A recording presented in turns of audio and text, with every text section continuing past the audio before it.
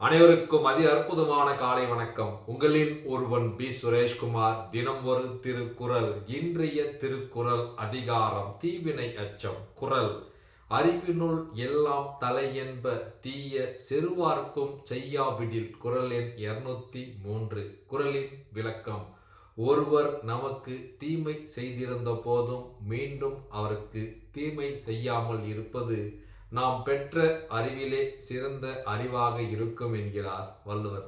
ஆமாங்க, இந்த காலகட்டத்தில் நமக்கு நிறைய பேர் மீண்டும் மீண்டும் நன்மை செய்யாமல் நமக்கு தீமையே செய்திருந்தாலும் நாம் அதனை பொறுத்து கொண்டு மீண்டும் அவர்களுக்கு தீமை செய்யாமல் இருப்பது எப்படி இருக்குன்னா, நாம் பெற்ற அறிவிலே சிறந்த அறிவாக இருக்கும் என்கிறார்.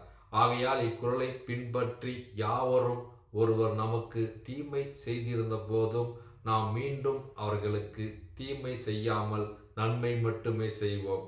மீண்டும் திருக்குறள்: அறிவினுள் எல்லாம் தலையென்ப தீய செருவார்க்கும் செய்யாவிடில்.